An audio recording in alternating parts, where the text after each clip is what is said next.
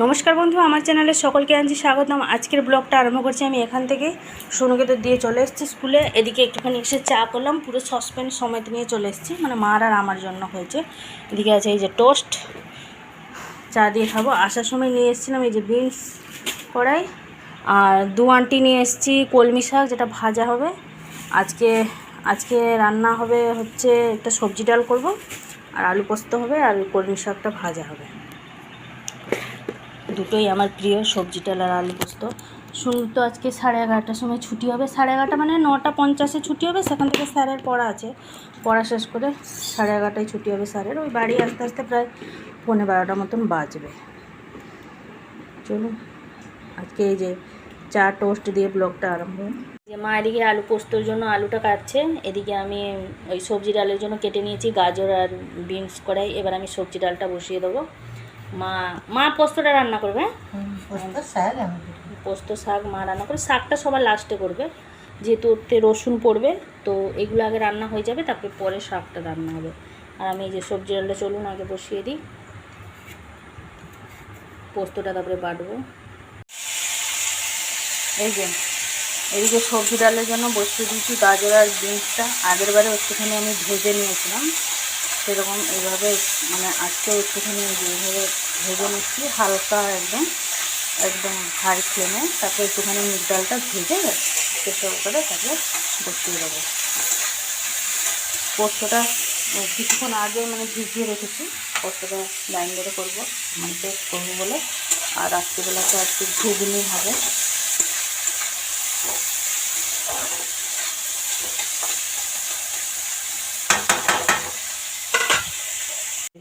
এদিকে আলু পোস্তটা প্রায় হওয়ার মানে কমপ্লিট হয়ে এসছে। ওদিকে এই যে সবজি ডালটাও হয়ে গেছে। এবার আমি সাঁতলে নেবো সবজি ডালটা।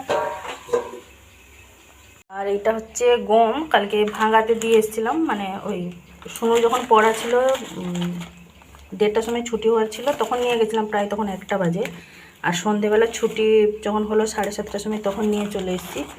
এটা গম ভাঙা, অনেক দিন পরে আমাদের গম ভাঙা, মানে গম ভেঙে যে আটা, এটা অনেক বছর হলো প্রায় বন্ধ ছিল। মানে যত বছর হলো কন্ট্রোলে বন্ধ করেছে তত বছর হলো।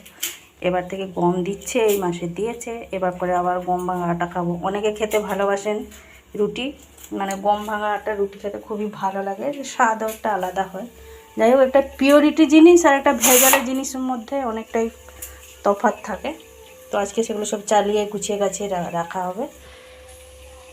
আজ থেকেই গম ভাঙানো আটা রুটি খাওয়া হবে আর কি। 18 কেজি দিয়েছিল তাই তো মা? এটা 6 কেজি ভাঙিয়ে নিয়ে এসেছি, আর দুবার 6 কেজি ভাঙালে হয়ে যাবে 18 কেজি। বেশি ভাঙালে আবার রাখতেও অসুবিধা, আটাও খারাপ হয়ে যাবে। ওই কারণেই 6 কেজি ভাঙানো হবে। সবজি ডাল রেডি, আলু পোস্তও রেডি, শুধু মা কলমি শাকটা ভাজবে। তো সবজি ডালটা নিচে নামিয়ে রেখে নেবো, যেহেতু কলমি শাকে রসুন দেওয়া হবে, সেই জন্য ডালটাকে খুব সাবধানে আমাকে নিচে নামাতে হবে।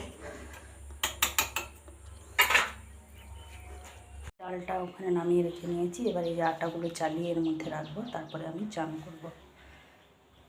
বাজতে যায় 11টার মতন, বাজেনি, 10 মিনিট বাকি আছে। এদিকে একটুখানি ঘর দোর গোছাগুছি করে নিলাম।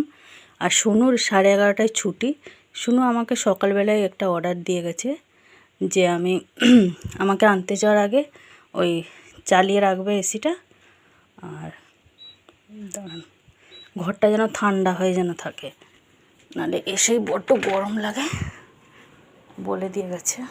ঠিক আছে, মহারানী যখন অর্ডার দিয়ে গেছে, রানীর তো অর্ডার মানতেই হবে।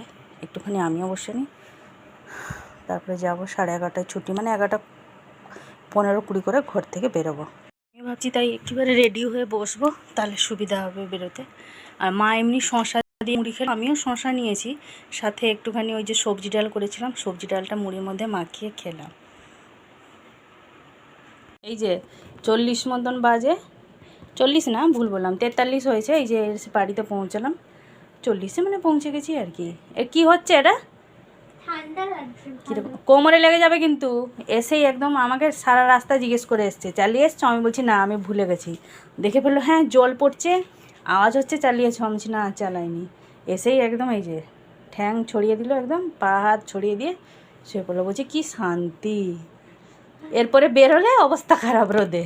ভালো লাগছে, ঠান্ডা ঠান্ডা। হ্যাঁ, ঠান্ডা ঠান্ডা ভালো লাগতে। আচ্ছা তুমি তাহলে একটু থুয়ে থাকো, ঠান্ডা ঠান্ডা ভালো লাগতে। বিছানায় জুতো পরে উঠবো। মার দেখেছো? বাজে এখন 12:30, বসে পড়েছি সুনুকে খাওয়াতে। ও যেহেতু আলু পোস্তটা খায় না, মানে পছন্দ করে না, সেই জন্য নিয়ে নিয়েছি এখানে সবজি, ডাল আর এই যে কলমি শাক ভাজা, যেটা ওর প্রিয়। আর ওর জন্য এই যে পাঁপড় ভেজে দিলাম। ও পাঁপড় ভাজাটা খেতে ভালোবাসে, সেই জন্য ভাবলাম পাঁপড়টা ভেজে দিই, তাহলে সে ভাত খাচ্ছে পরে, আগে পাঁপড় ভাজা থেকে আরম্ভ হয়ে গেছে। চলুন তাহলে ওকে খাইয়ে দিই।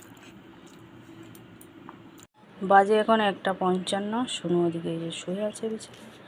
এগুলো সব কাচে হবে, স্কুল ড্রেসগুলো কালকে। আর আমি এদিকে সব একটুখানি গুছিয়ে করছিলাম। আবার 4:30 থেকে নাচের ক্লাস, 4:30 থেকে নাচের ক্লাস। বাবা যাই হোক আজকে তাড়াতাড়ি চলে এসেছিলো, খাওয়া দাওয়া কমপ্লিট। 1টার সময় বাবা চলে এসেছিলো। মা আর আমি প্রথমে খেয়ে নিলাম, বাবারও খাওয়া দাওয়া হয়ে গেছে। রান্নাঘরে সমস্ত কাজ ফাজ সেরে চলে এলাম আমি আমার ঘরে, একটুখানি রেস্ট নেব। এসে আবার রুটি তরকারি করতে হবে। এই যে বাজে এখন 7:30। মা যাই ওই যে রুটিটা করে নিয়ে, মানে আমি এসে বাড়িতে পৌঁছেছি, মা রুটি করা শেষ হলো। এদিকে যে ঘুগনি করবো আমি, এটা প্রথমে করলাম আমার জন্য, যে নিরামিষ ঘুগনি। কিছু ফোড়নে দিয়েছি, গোটা জিরে, শুকনো লঙ্কা, তেজপাতা, একটুখানি লঙ্কা গুঁড়ো, হলুদ গুঁড়ো দিয়ে করে নিলাম আমার নিরামিষ ঘুগনি। তারপরে এটা আপনাদের দাদা করবো, মানে সবার জন্য করবো। সবাইকে চা দিয়ে দিয়েছি, আমার একটু খেতে মনে হলো, এই যে চাটা গরম করলাম, একটু টোস্ট দিয়ে খাবো। টোস্টটা খাওয়া হয়ে গেছে, চা পুরো জল হয়ে গেছে একদম।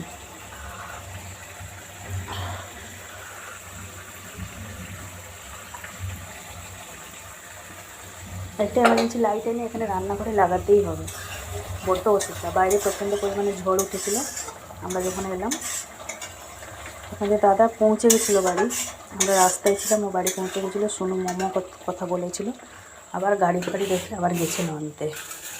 সেই সময় বৃষ্টিটা জোরে এসে গেলো। যাই হোক বৃষ্টিটা চলেও গেলো। চলুন তাহলে এবার ঘুগনিটা করে নিই। এই যে অন্ধকারে এভাবে টর্চ দেখিয়ে দেখে রান্না বান্না হচ্ছে আর কি। যাই হোক ঘুগনিটা কমপ্লিট হয়ে গেছে, মাকে দিয়ে টেস্টটা করে নিলাম। মা বলছে ঠিকঠাক আছে, আর কিছু দিতে হবে না।